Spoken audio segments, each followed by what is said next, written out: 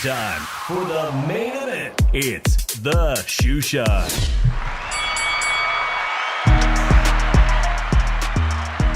All right. Y'all know what time it is. It's the time for the Shoeshine. Friends from around the world get together to recap all of the Sweet Science's main events of the past weekend. I am your show host, Dave from the 408, coming to you from my studio all the way in San Jose.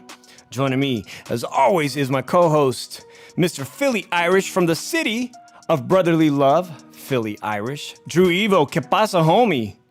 What's up? Yeah, man.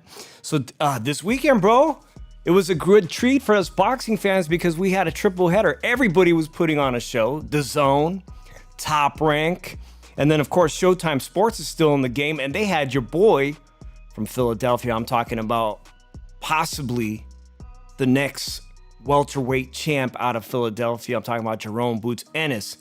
Put on a display against former champion Sergey Lipinets. And that was one of the great highlights of the night. But Drew, let me just give a quick shout out to everybody that's been supporting us, our friends at Leave It in the Ring Radio Network, where you guys can check out our podcast later in the week. You guys can go to Apple iTunes and leave some comments and feedback, man. We would appreciate that at Leave It in the Ring Radio on iTunes or wherever you download your podcast. So shout out to David Dueñez, Emil Carr, our boys HCP, G Funky, and D Styles, who put on HCP on Tuesday night and HCP Uncensored Wednesdays. And of course, the Roundtable, where podcasters from all over get together to discuss what's going to happen that weekend. That's on Leave It in the Rings podcast on YouTube, on their YouTube channel as well. So, Drew, I got some quick news that I wanted to share with you, man. I was talking to my boy Jay Chaudhry. Jay Chaudhry is an award-winning film director and producer who now is over at Players TV. But he produced, we have been talking to Phil Greco, and Phil Greco is a new fighter out of Canada that he's now a manager. Well, Phil Greco, he just got signed. This is a documentary series that my boy produced with Phil Greco. And this thing is banging, man. I love this thing. It's called the Culinary Fighter Series.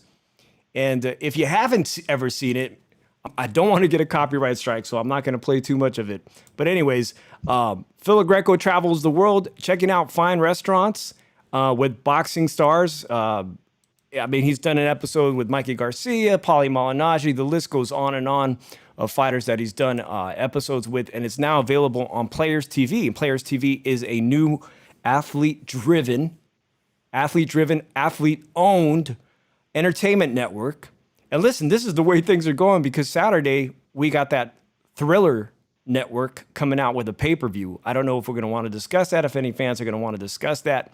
But nonetheless, we just got to get hip with the times that these new networks are emerging. And so I just wanted to share that with you. You guys can check out the Culinary Fighter Series on Players TV, our boy Phil Greco, or you could even just go to his YouTube channel and check out some old episodes.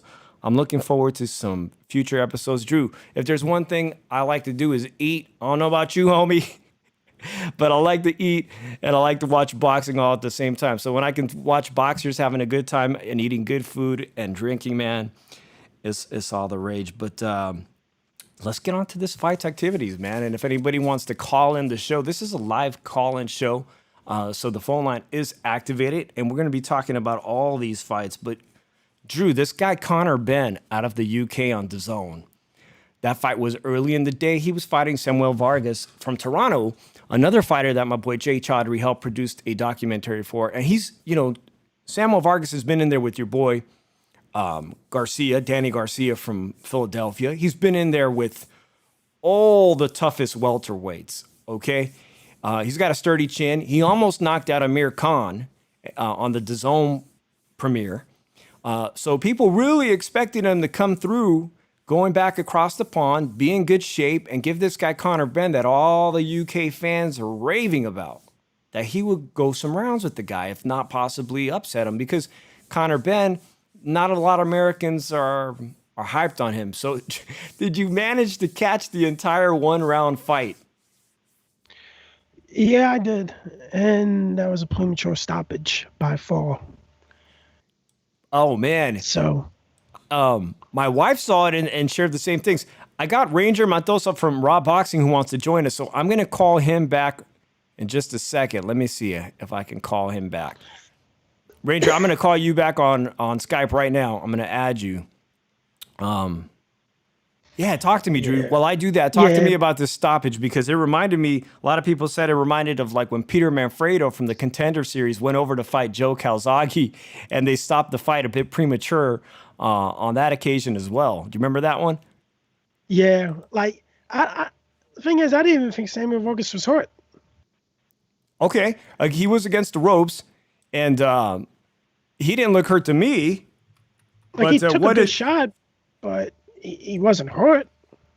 No, it was the fact that he wasn't responding and throwing back. Now, his eyes kind of told a different story. And here I'm going to try to add our boy Ranger from Raw Boxing. What's going on, man? Sorry for I've been jumping from my show to other shows that I was invited. Now I'm here. What's going on, guys? Hey, Ranger. Happy to have you. Of course, Ranger from Raw Boxing on YouTube. And are you wearing the new shirt, homie? I heard you got a new shirt. Look at this. HCP, Causing Panic with the Cuban flag. Oh, man, it looks really good. I'm so glad you joined us. Of course, I got Philly Irish, and now we got Raw Boxing representing. We're talking about Connor Benn because I wanted to ask the boxing fans, and the lines are starting to blow up a little bit here. Shout out to Andre Rodriguez. Connor Benn, did he impress you this weekend? I'll start. I already asked Drew a little bit, man, but Ranger, this guy Connor Benn from the UK, American fans don't know too much about him, but he put on quite a show against Samuel Vargas, the Colombian from Toronto, man.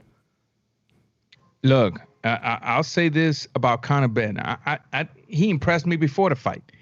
He impressed me on the face-off when he spoke Spanish, my man. Like, I didn't even know this dude spoke Spanish, my man. He takes off that mask and he's like, yo no tengo miedo a pelear con nadie. Yo estoy listo para una guerra. And his opponent was like, oh no, I'm not talking about fear here. I think Connor Benn destroyed the dude psychologically on the face-off to begin with. And then on top of that, you add the fact that the dude came into that fight, went to work immediately, and took him out of there. Says a lot. Says about the hunger. But another thing that impressed me the most about Connor Benn is his post-fight. You know, he obviously showed the sportsmanship, but his post-fight interview. Many people want to say he's cocky. This is not cocky. This is a man that was brutally honest and said, look, y'all keep talking about a step up. It doesn't feel like a step up. I learned nothing from this fight. Give me tougher opposition. Give me Amir Khan. Give me tougher names. That's what you want on an up-and-coming fighter. Because the young bloods we got today, they want the bag, but they don't want the test. We got this dude asking for the test, right? You haven't heard Connor Benn talk about money. He's talking about give me tougher opposition. That's what I want to see him on an up-and-coming fighter. And I'm high on the dude. Yeah. Drew, I don't know if you saw this face-off, but he speaks pretty damn fluent Spanish. And one of the criticisms that Vergil Ortiz got in his last performance is the fact that people kind of find out that Vergil Ortiz isn't very fluent in Spanish, and he's a little bit embarrassed about it, and he seems to be willing to be working on it. You know, as a Chicano from Texas, he's working on his Spanish. But here you got Connor Benn, a guy from across the pond, and he's talking shit to Samuel Vargas in his own language. I think even Samuel Vargas wasn't prepared for that.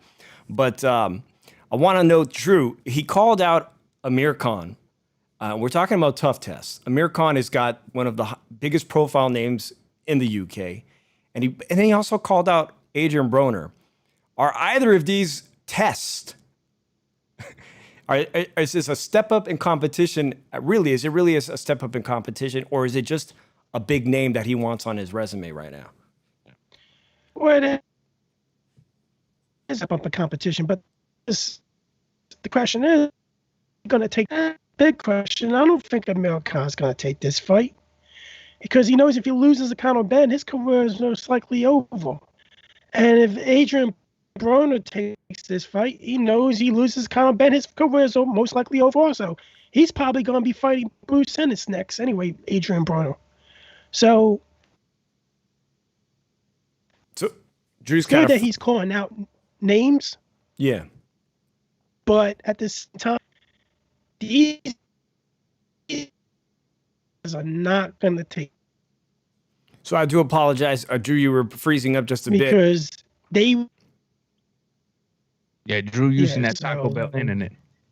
Now he stepped up his internet game, but some of that was truncated a little bit on the audio quality.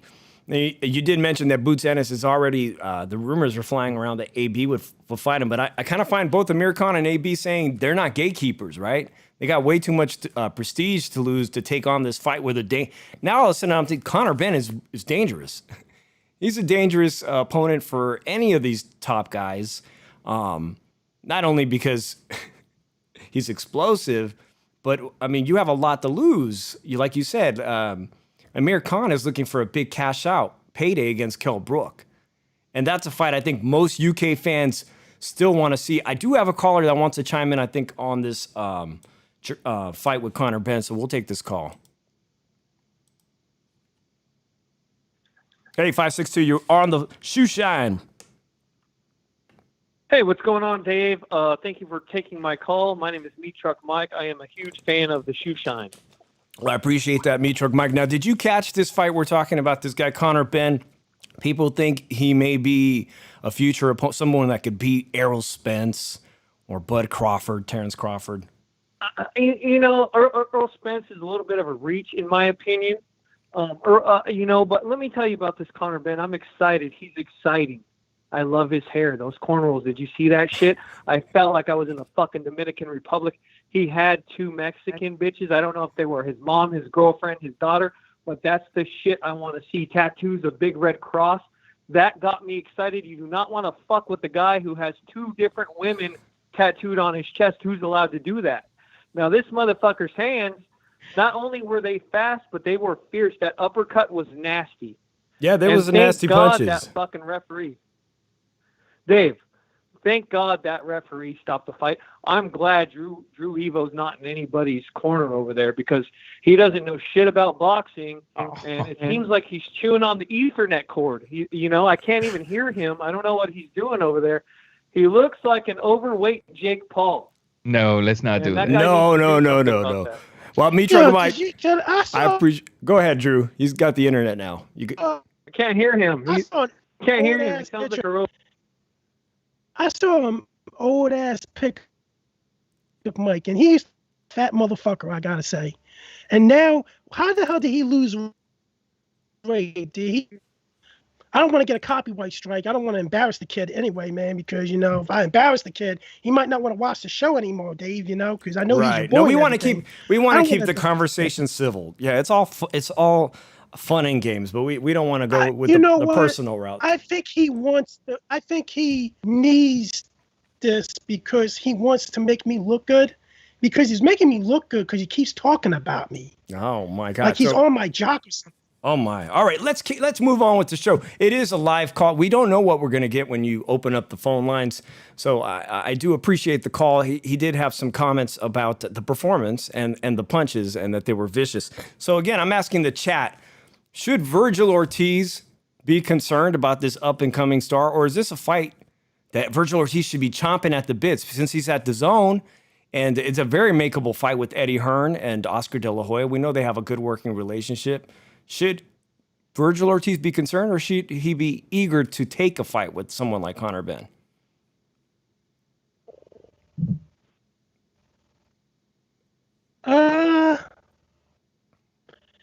It would be a good fight. Yeah, I think it'd be a very competitive fight. It's not going to last, but it's going to be a good fight. It's not going to last between who and who again? You guys, Vergil Ortiz and Connor Benn. It's a makeable fight between him. They're both at DAZN right now, and Oscar De La Hoya has a good working relationship with Eddie Hearn. And I'm just thinking, is this a fight that is not only makeable, but one for the fans, entertaining possibly? Look, when Vergil Ortiz started calling out Crawford, I was one of the guys that said Crawford versus Ortiz. Let me have it. And you know why I said that? Because boxing right now needs this. Boxing right now needs young and up-and-coming fighter wanting the real test, right? So if you ask me, Connor Benn versus Ortiz, is this makeable? Yes, it is. Do I want it? I absolutely do. Why? Because somebody's going to have to go to sleep. two hungry lions going in there to take their heads off, somebody's going to go to sleep. As a boxing fan, do I want that? Absolutely. That's my drug. Do I want it? Yeah. Hell yeah, I do want it. Is it makeable? Hell yeah, it's makeable. Is it exciting? Yeah. Is it sellable? Absolutely. So it just begs me to ask this question. Now that we've seen, in just the matter of a month, we've seen Vergil Ortiz take on a former champion at 140 pounds and pass that test with flying colors. And now we saw Boots Ennis from Philadelphia do the same thing against a former champion, Sergey Lipinets. He was a former champion, yes, at 140 pounds, but a former champion nonetheless. Also passed that test. Is it look increasingly more like Bud Crawford and Errol Spence are going to stay away from these two opponents? I hate to admit it, man, but I got to be real with you. Following the pattern of boxing today, that's what it's looking like. You know, we see Bud Crawford looking for Manny Pacquiao. Now, why is he looking for Manny Pacquiao? Does he truly believe that Manny Pacquiao is this killing mean machine? I don't think so. I think he sees an easy fight on Manny Pacquiao, even though it's not easy in my eyes. I think he sees easy money. He's going after the money, even if he loses to Manny Pacquiao. Money is the main concern in this fight. And then when you look at Errol Spence Jr., why are we not seeing a fight versus Crawford? These two fighters could have fought each other, right? Somehow they keep avoiding each other. Somehow they keep making excuses as to why they're not fighting. You heard Crawford on this last time he was interviewed that fight is past. That's not even going to happen anymore. Just judging from the way boxers are acting nowadays, I don't think none of these top guys right now is going to want a very dangerous up-and-coming line. Maybe if this guy was already like pay-per-view status, maybe they would take a risk. But right now, in the way they're seeing boxing, for them to take a risk against such a dangerous but not as known opponent, I don't see it happening, unfortunately. Yeah, a point well made. Drew, let's talk about something that's got to have you excited, and it's the fact that Boots Ennis looks ever more spectacular. He headlined the Showtime card, and he, like we just mentioned, he took on this tough Sergey Lipinets, a guy who's probably too tough for his own good.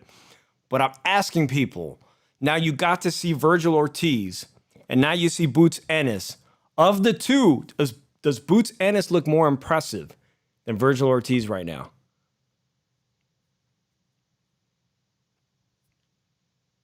You know what? Lipinets really did hit him, did get it, and he took him well. But you really Not sure why. I feel the same way about. I'm trying to work. I feel the same way about both, and I really feel the same way about both of them. They have somewhat of defensive issues a little bit. They want to bang. I understand, and people want, but sometimes it's unnecessary to take punches and everything. And I think with each other or probably with somebody else that's a knockout orders, they're gonna necessarily punch is gonna hurt them, and it's probably gonna cost them a fight. But you know, out of the two, I still think the one that's gonna probably be a champion before him, before Vergil Ortiz. And I will really favor Boots Ennis to beat Vergil Ortiz. Yeah, we're trying to work with Drew's his signal. I may end up having to call you back, Drew, on Skype, but if it gets better, that'd be even better. But Ranger, one of the things that Boots Ennis did this weekend that really impressed me is the fact that he's switching sides, just like Bud Crawford, with so much fluidity. What do you make of that skill set that he has? And would that match up good against someone like Bud Crawford?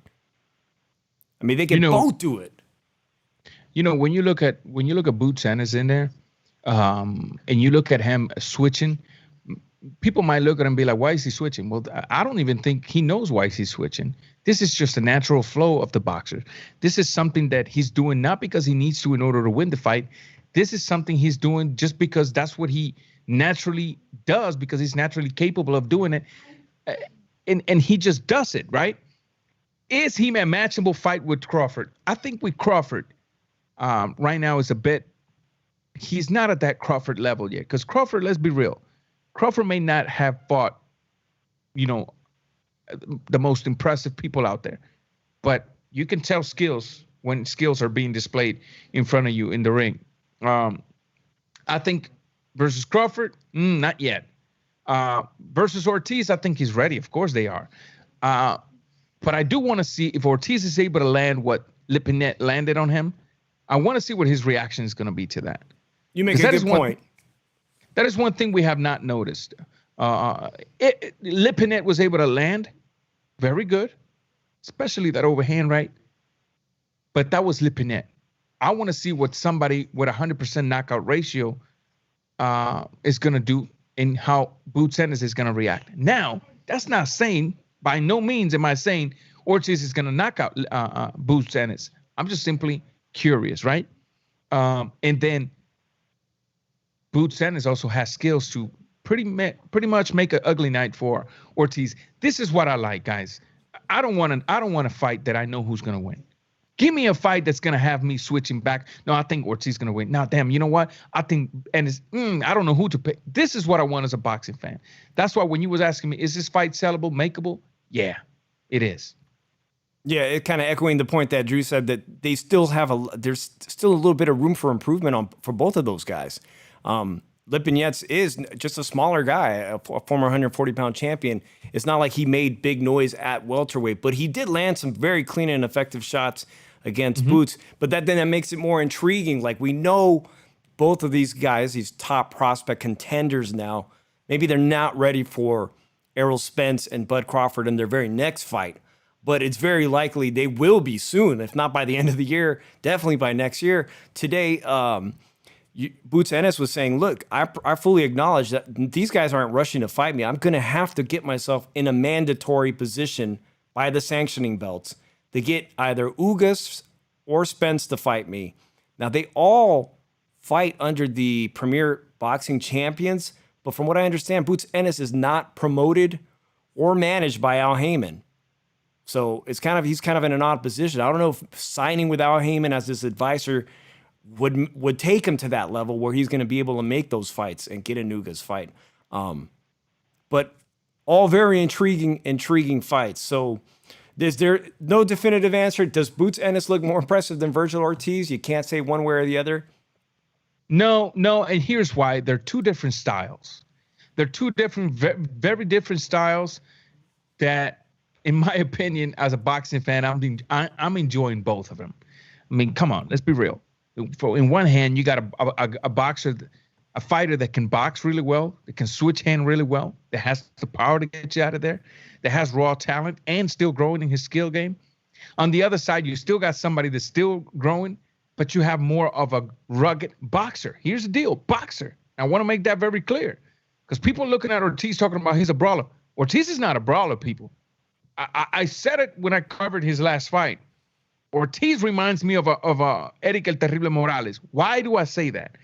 Eric El Terrible Morales was a very good boxer who often ignored his boxing skills because he loved going to war. But even in the middle of the wars, you could see him setting traps. You could see him dictating the pace of the fight. You can see him forcing his opponent to fight the kind of fight he wants to fight. To me, that's Vergil Ortiz, and still growing. So when people call him just a brawler, I highly disagree with it, because you can tell while he's fighting the level of skills that he's got, how he's smart enough to know how to use it, right? So I'm going to say I enjoy both of them. I'm not going to compare them. I'm going to enjoy them. And hopefully the fight happens for the good of boxing and for the good of the fans. Drew, he's making a point about Vergil Ortiz that you can see the intelligence. He's not just a brawler. He's clearly a thinker. And one of those surprising things of the weekend was that Connor Benn, again, he speaks perfect Spanish. I don't know how many other languages he speaks, but it says something about a fighter, because you can make a correlation that speaking multiple languages has a direct correlation on your IQ. And boxing IQ, I mean, if you're a smart guy, you're a smart guy. They're basically playing chess in there, right? You're trying to outthink your opponent before they physically do that next move. I think Connor Benn may have a pretty strong ring IQ as well, a testament to his language skills. We do have a caller, and I think this guy may not be one of our hardcore fans, but I might as well take his call real quick here. Of course. If you're still here, 951, you are on the Shoeshine. 951, you there? All right. He's not there. All right, but yeah, I'm glad we got that welterweight discussion out of the way, because those are some pretty good welterweight fights. But let's move on to the light heavyweight division, because America has a new champion, and I'm talking about Joe Smith Jr. in a very controversial. Controversial. You're clapping your hands. I know I talked to Drew earlier today. I'm just going to go out ahead and say I did have a very narrow decision in favor of Joe Smith Jr., but it could have easily been a draw, and I wouldn't have been surprised had this fight taken place across the pond or in a different country if his name is Vlasov. Let me get this right. Maxim Vlasov would have got the decision win, but here today there are two Eastern European Russian fighters that have the titles. I'm talking about Bivol and Beterbiev. Now we got Joe Smith Jr., and he's going to have to defend that title. Who wants to go first? Drew, you told me you didn't think he won. Drew. I didn't think he won the fight. I think he got outwalked. I think he got outlanded. I thought he had a good 12th round because he landed 45 punches, but other than that, I thought he got outwalked and outlanded. I completely disagree. Like, I just don't think Joe Smith did enough to win that fight.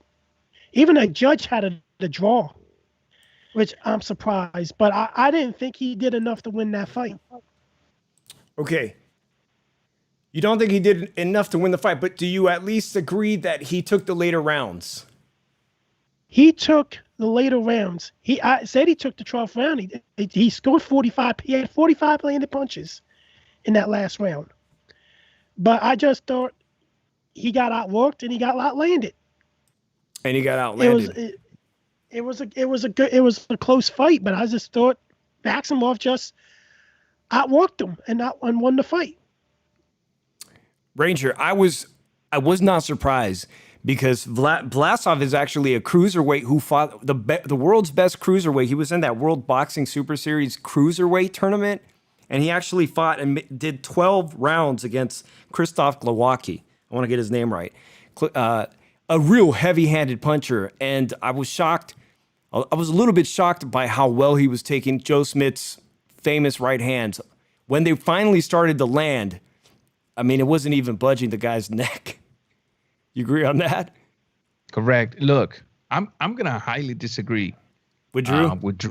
Oh, absolutely, because this is the typical fight that is that either way that the decision would have landed, I would have been okay with it. And here's why: this is a very hard fight to judge, because you got a fighter that starts off decent, and then he loses 3 consecutive rounds, and then he comes back and gets 2 more rounds, and then he loses 1 round. And this is a fight that even the rounds that each fighter lost, they were toss-up rounds. They were really toss-up rounds. And at the end of the day, the judges saw him win. I'm not mad at that. Had they saw Vlasov win, I wasn't going to be mad at that, because of the type of fight that it was, right? But you got to take into consideration everything that Smith has been through. This is the fighter that not long ago, less than 2 months ago, had made weight for his camp.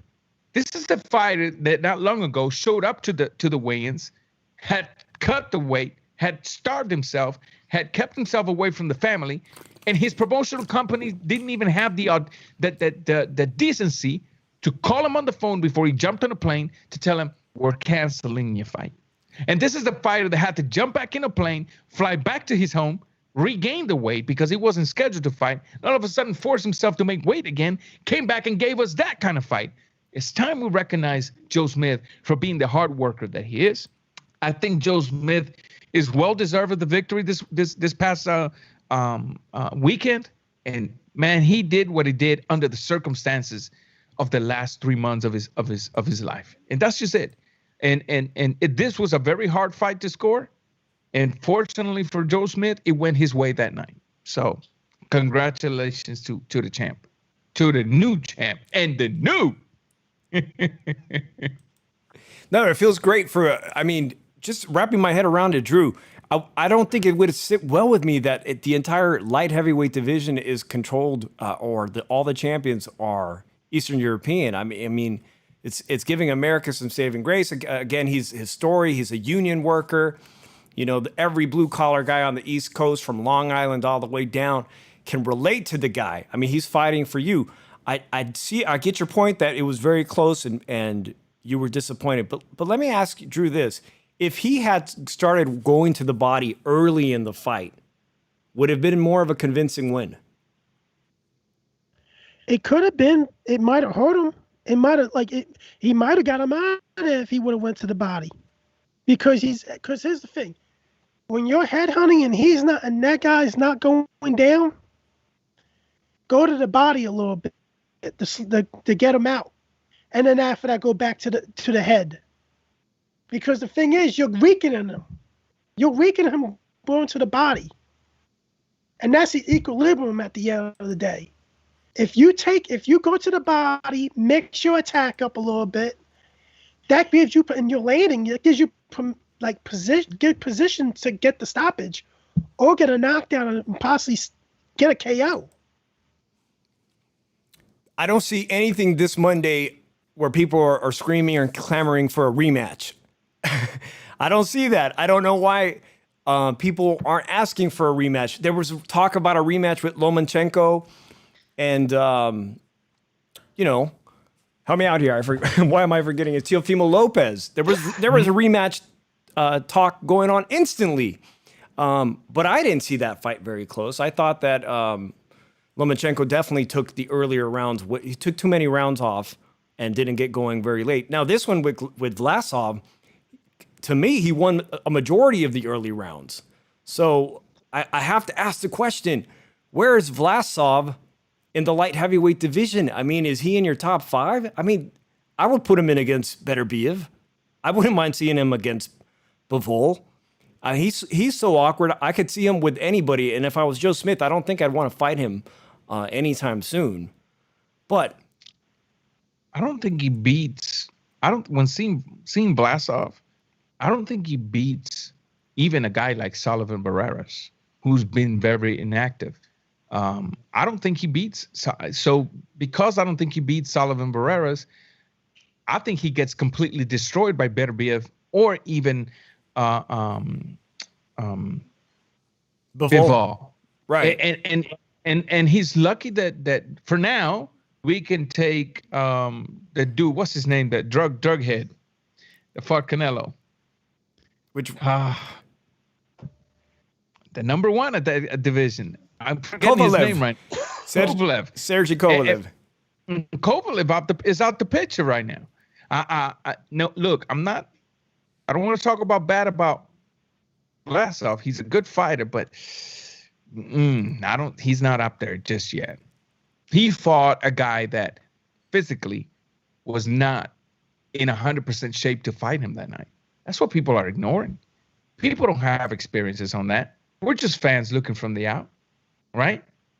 When you put your body through everything and you rehydrate it and then you're forced to take it right back down, this ain't easy, people. And you're not going to show up to a fight 100%. You're not going to show up to a fight 100%. That was Smith.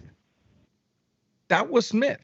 So in seeing the performance against a Smith that wasn't 100%, I don't think he's ready for that level of competition just yet. So the thought has crossed my mind today, guys, on both of you. Seeing the performance of Joe Smith, and I'm happy for him. I'm happy America's got a new light heavyweight champ. But all of a sudden, this conversation that Canelo was having amongst everyone that he will not be in the light heavyweight division, I see this as a very, very winnable fight for Canelo Alvarez to move back up. Joe Smith's only 6'1". Canelo's had so much success against these tall fighters, breaking them down. He broke down Smith, a tall, lanky guy. Joe Smith is tall and lanky. But if Joe Smith is only going to headhunt, does Canelo Alvarez have a chance to go back up there and maybe snatch a WBO title? Drew, is it possible? He's a guy that's just is a favorable fight for Canelo because Canelo likes the guys that would stand in front of him and don't move, that will try to bang with him.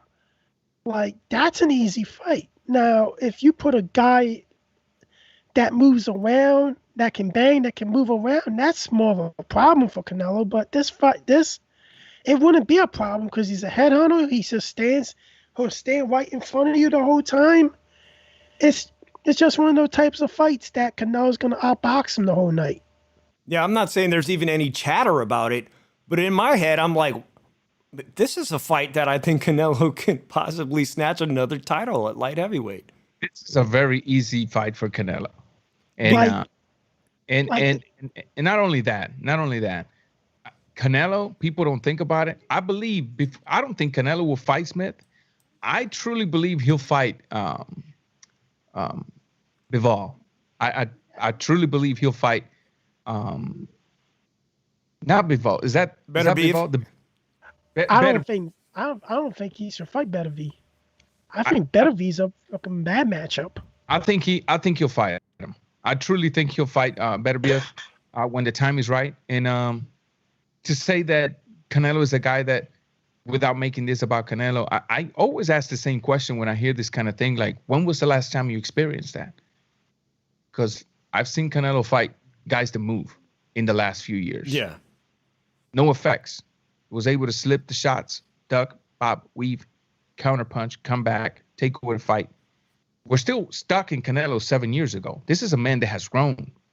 This is not Canelo that fought Erislandy Lara, who, in my opinion, beat Canelo, with specifically the very things that Drew was making reference to.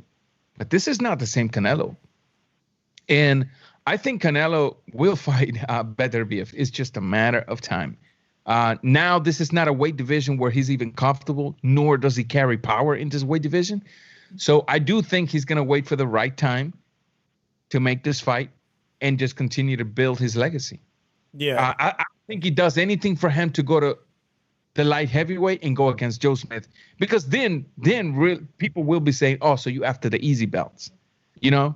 At least Kovalev had the argument that, hey, I'm the number one in this division. Ain't nobody touching me. I'm the man in this division.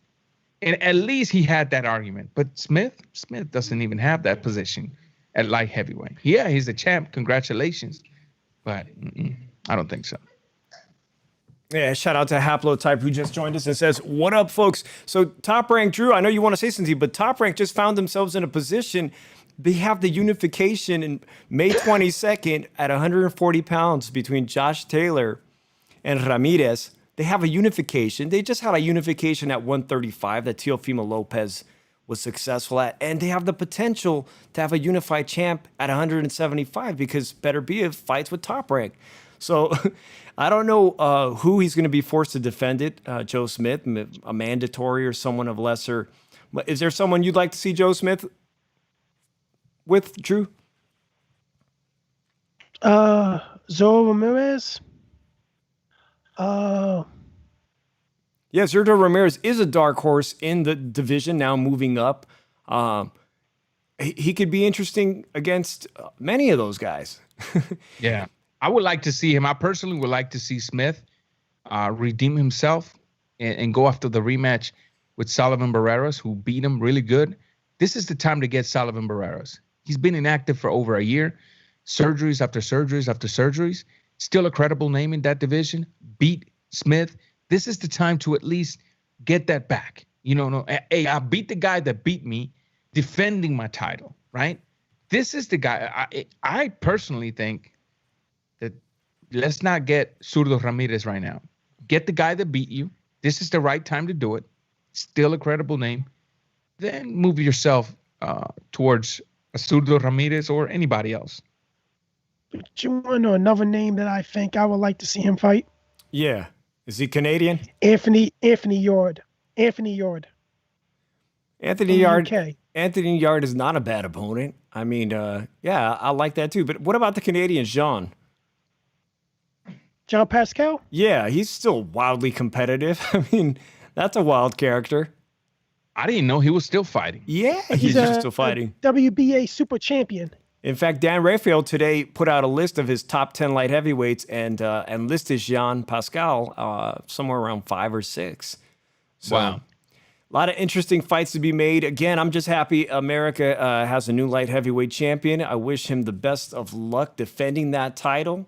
So let's move on with the rest of the weekend, because someone who's not that popular is going to be making the return to the ring, and that's Boo Boo Andrade. But he's got a case to make. He wants a Canelo fight bad.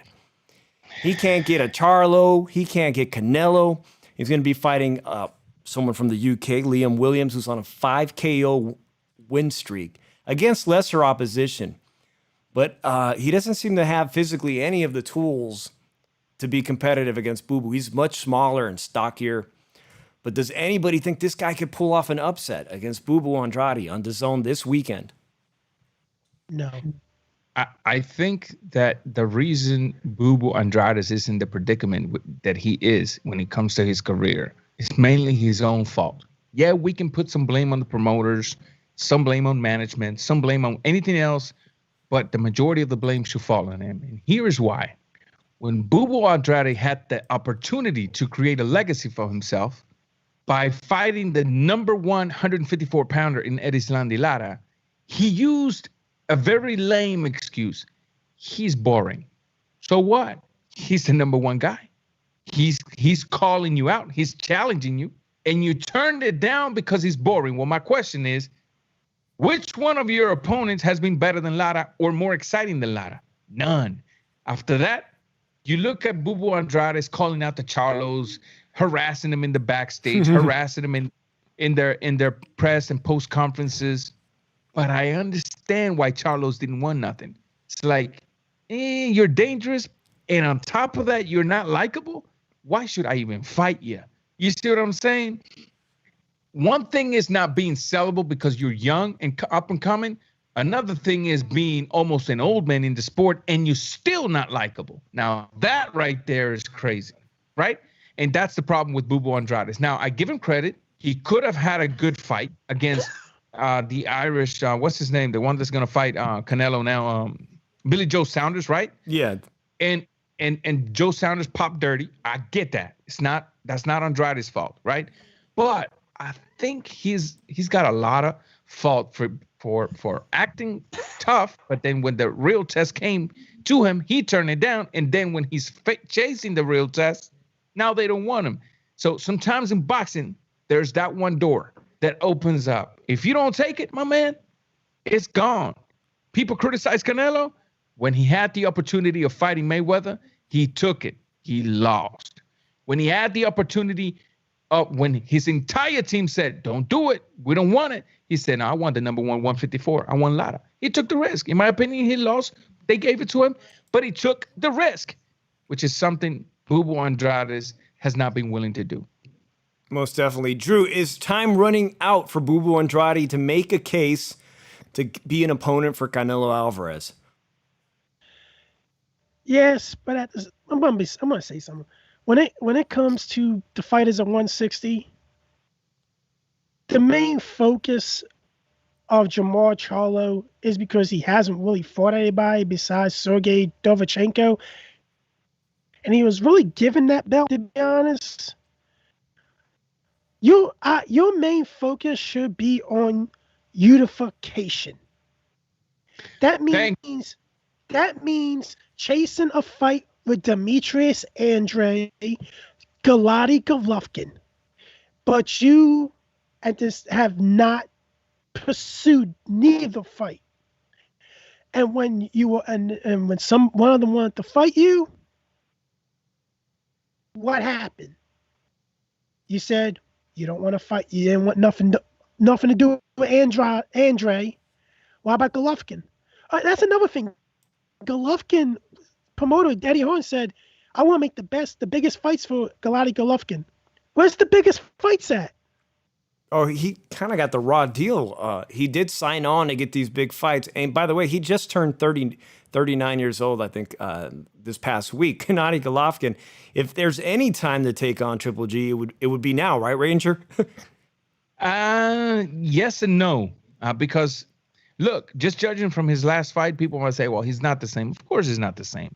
But Gennady Golovkin is still a very good fighter, still a good boxer. People think he's not a boxer. Gennady Golovkin knows how to trap people in there. And are we going to sit here and pretend he has no power? He has power. Now, the question is this. He signed to get the big fights. But unfortunately, the big fights is with Andre. The big fight is with the Charlos. The Charlos are not with PBC. Andre is. But then Andre, when asked about Golovkin's, he talks, but nothing comes to fruition. That's what I'm saying. Look, boxing is becoming a game of talking in front of cameras when in reality, it does nothing. The game that is most effective to make fights is ink on a paper. And I see a lot of talking, but not enough ink on a paper. I see enough calling out, but not enough offers being sent out to Golovkin's. I see enough calling outs, but not enough offers being sent out to Canelo. It's good to call Canelo out. It's good to call Golovkin's because it works for you because you're lazy. You're not fighting. And by calling them out, it keeps you relevant, right? People need to realize, don't go by the call outs in YouTube, in Instagram, in Twitter. Go by the ink on the paper. And right now, there's not enough of that being produced. I'm going to go out on a limb now and finally give my prediction for this Saturday. And I don't think it's going to do him any good. I think Boo Boo Andrade gets another 12-round decision and makes very little noise and is still stuck in this position he is. I hope something else happens. I hope he can make it exciting. I have some faith that the opponent, Williams, is going to try to make it exciting. And we'll see about that. Drew, does Boo Boo Andrade win this fight? Booby Andrade gets a knockout.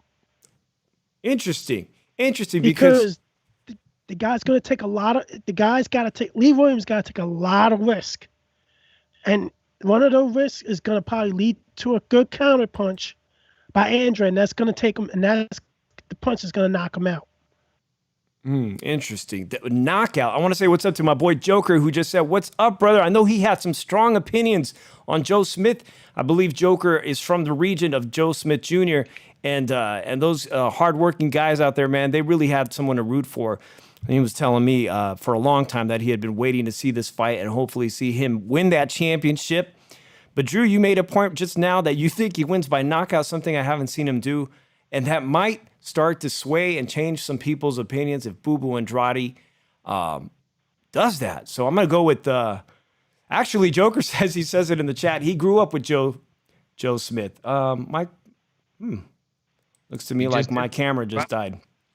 You pulling out some magic trick on me. We can still hear you, though. So. Oh, yeah, that's all good. It says change the battery pack, but... It's a visible Very man. interesting. Very interesting. All right, Ranger, I'll probably be off camera, but let me get your opinion, man. Boo Boo Andrade this weekend. I think whether he gets a knockout or decision, not going to do nothing for him. If he gets a knockout, who did he got a knockout against? Right? This is the predicament he's in, people. This is the predicament he's in. He has put himself in this predicament.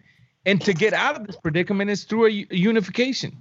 And to get a unification, you got to put ink on the paper so people can see that you're legit. You're not just about barking behind the camera.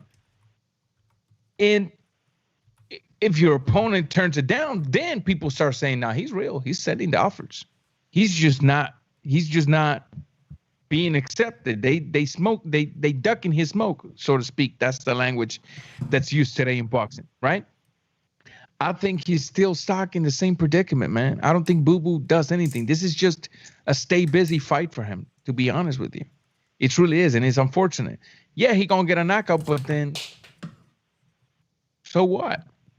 What's next for Boo Boo? Another year of inactivity? Another 6, 7, 8, 9 months of inactivity? Another mediocre opposition? That's just it, unless Billy Joe Saunders gets beaten by Canelo, and then Billy Joe Saunders tries to redeem himself by giving him a shot, you know? So it could be anything, man. I'm not, you know, that's just where he's at right now. Yeah, most definitely. There's a couple other fights. Tony Harrison, 154 pounds, makes his return, and I always look forward to this because you know what? The way to get casual fans to become crazy and rabid like the rest of us hardcore fans is by giving us free TV, free fights on free TV. And I believe Fox is going to be putting on that free show the return of Tony Harrison, 154-pound champ. Guys, are you even remotely excited to see Tony Harrison back in the ring? He did beat a Charlo. Yeah. And he was beating Charlo. I thought he lost the first fight to Charlo, but okay. Oh, no, another close fight. Oh man, we could discuss that another day. That was a close fight. If you ask Charlo, he thinks so. So Dale Media just posted. He thinks I'm excited about his return. It was a very close fight. Ranger, look, when judging a boxing match, you can't use the excitement of a bigger name and all of a sudden assume that everything he's throwing, it's landing. And when you look at that first fight, not everything Charlo threw was landing. When you look at that first fight, there was less punches but more precise from the other side of the ring. On the second fight, hey, it happens. He got caught and he got put out. I'm excited to see the guy. I think he's very talented. I think I'm hoping he went back to the drawing boards and saw where he went wrong. And I'm hoping he keeps putting in work because that's a tough division. And the owner of that division, Charlo, may not give him a chance again. I don't think that he's going to come back and immediately be a threat to the top. I think he needs to, climb the steps up a little bit more. But he's a hell of a fighter. I like him. I really do like him. I think it was about time that he came back. Yeah, and again, that should be on free TV on Fox, and I'm always looking forward to what Fox does on free TV because, again, it captures the imagination of maybe the new young generation of sports fans. Maybe there's somebody in the audience watching out there that says, you know what, I'd like to go try that at a boxing gym. 8 or 9-year-old kid. I know, Ranger, you work with a lot of youth in the boxing community, and you have a family member right now in the amateurs. That's the way it starts, man. Free TV is the way to go. That's how it is. I mean, that's how you start them. They watch it they watch it in the TV, or they probably getting bullied at school, and you take them to a gym. That's how you make people fall in love with the sport. And I think the sport of boxing right now, it's not attracting as many people into the gym as MMA would be. Yeah, we got amateurs left and right out there. But if you look at the growth of MMA in the last 10 years, it's just crazy. But I think free TV is also the way to go. The biggest fight in the boxing history was Thriller in Manila, and that was on free TV, and that brought in over 100 million views in closed circuit. Right? We're not talking worldwide. We're talking closed circuit. Now, can you imagine if that was to happen today? Say not even 100 million. Say 50 million views. Say 30 million views, right? When you take 30 million views and you start demanding from the commercials, hey, we brought you 30 million views for your commercial, for your product. This is what you owe us. Man, there's money to be made on quote unquote free television. I think, I don't know if I'm out of the subject, but I think pay-per-views outdated. I want to get to that subject of pay-per-view being outdated, but we do have one more call before we wrap up the show. Let me take this call. 631, you are on the Shoeshine. What's going on? It's Joker. Hey, what's up, Joker? Joker, you were really excited about this Joe Smith fight, man. Tell me the story again, man. You grew up with Joe Smith, right? So yeah, me and him went to the same school together. He grew up mostly with my little brother. He was around my little brother's age. But I used to see him all around. He was a tough kid even then. Kid had skills even then. And then growing up, that man just grew up into the man you see today. Hardworking, always pushing, humble, and he never gives up. He takes his loss as a lesson, and any loss that he has as a lesson, and he goes forward with it. So I mean, he's a great person. Does for his community.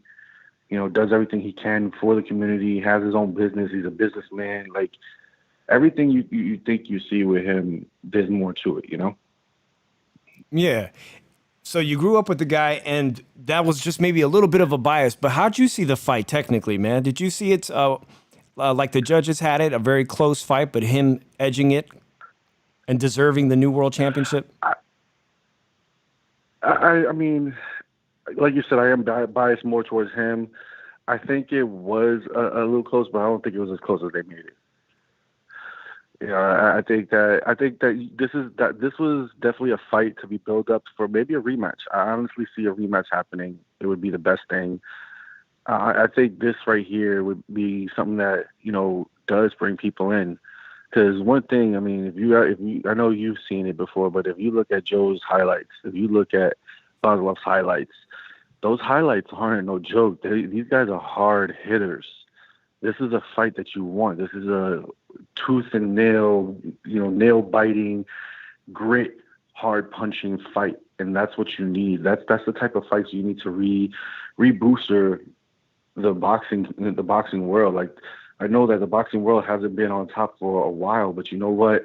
Seeing what I've seen in the past, I want to say 2 years of fights that have come out, and watching what those fights have done, and not be like a little spectacle like Mayweather made it, something like what Joe Smith has done, even with the fight that he had with Bernard Hopkins, stuff like that. That's what people want to see. They want to see that hard nose hitting. And that's why I love the fact that you were talking about the free TV, the free fights on TV, because it was like, I believe it was Ranger. Did Ranger say it, that pay-per-view is basically going obsolete? I agree. Everything is streaming now. Everything is not going to be, here's $70 and you watch a fight that lasts 5 minutes. It's everything streaming now. You're getting everything that way. And I think that these young guys that are coming in, like a Joe Smith Jr., like a Boslov, like a Harrison, all these guys that are coming in and they're doing their thing, I think this is just the beginning of what is going to happen and what's going to be the beautiful thing of the sport. You mentioned, I wanted to bring a point. I think every time you have a new world champion, that champion merits and deserves bringing a fight immediately to his hometown area. So where would be the perfect place for him to bring home the belt and showcase his skills and maybe just face a mandatory, man? Because he deserves it.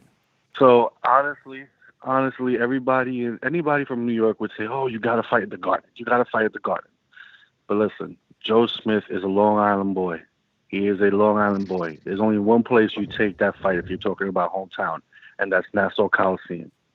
You make Nassau Coliseum explode that way. And let me tell you, that fight will sell out if he goes to Nassau Coliseum, because you'll have the entire community there.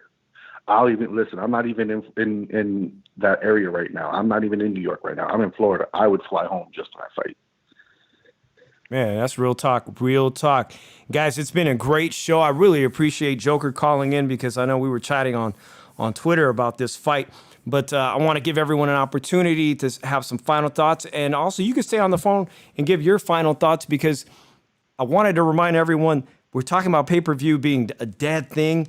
This week, there might be a pay-per-view that some people are speculating is going to have 1 million views, and that's the YouTuber, I know I giggled, against the MMA fighter Jake Askren and one of the Paul brothers. But the fight actually has, real boxers on the undercard.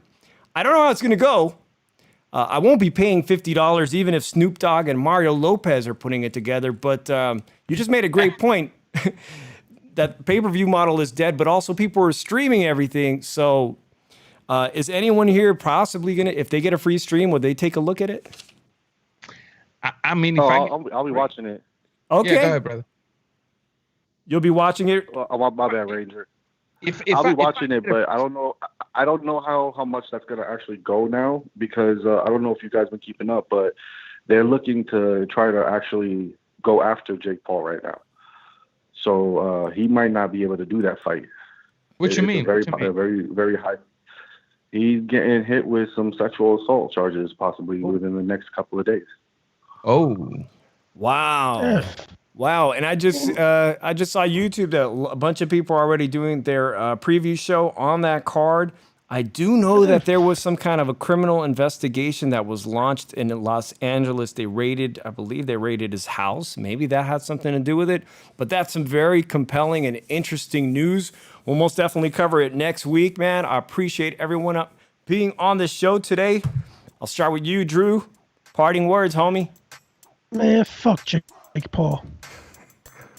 Is that your final words? That's my final words. Fuck Jake Paul. Man, I thought you'd have something nice to say about Jarron Ennis. Of course, Philly's finest, I already Jarron did. Ennis. You already did? All right, my man, Drew Evo. You can find him at Drew Evo, and he still does the Twitch thing sometimes. RawboxingTV. Thank you for coming on, man. Well, thank you for having me here once again. I really enjoy every time I come over here. And damn, man, my final thoughts when it comes to this Paul stuff. Look, if he done it, pay for it. Forget even if the fight has to be canceled. If he done it, pay for it. Because that's one of the things that should not be tolerated. That's one of the things that should have zero tolerance. Now, I will say in his case, sexual harassment has a big gray area when you're famous, because any girl that can easily give themselves to you because you're famous could come back and say you sexually harassed her, simply looking for money. And we've seen it plenty of times. Not to say that that is the case, but I'm simply saying if it did happen in the fashion in which he's being accused, it's time to pay up or shut up. Yeah, although those are some very serious allegations. Although I don't know much about him or can't validate that right now, I am actively kind of rooting for Thriller as a new media company. Teofimo Lopez, a young fighter that, I mean, he did everything right to become a unified champ. He's going to be fighting on Triller. So I do hope that they have some level of success, because I want Teofimo to be successful across the board, and wherever, you know, even Oscar De La Hoya is going to be fighting at Triller. So I'm Dave from the 408. I appreciate everybody watching. If you haven't subscribed to the channel, please do. We're trying to grow the channel. And as soon as we get our first 100 subs, I know that's really pathetic, but as soon as I do that, I'm going to be giving away some new t-shirts, some Shoeshine merchandise. Drew, wake up, we ain't done yet. It's the Shoeshine every Monday night, 7 o'clock, 10 o'clock Eastern. RawboxingTV, thank you again on YouTube. Make sure you guys check him out, man. He's got one of the best channels. And Leave It in the Ring Radio Network, great shows. Tuesday night, HCP. Wednesday night, HCP Uncensored. And Thursday night, The Roundtable. I'm Dave from the 408. Peace, everybody. Thank you. Peace.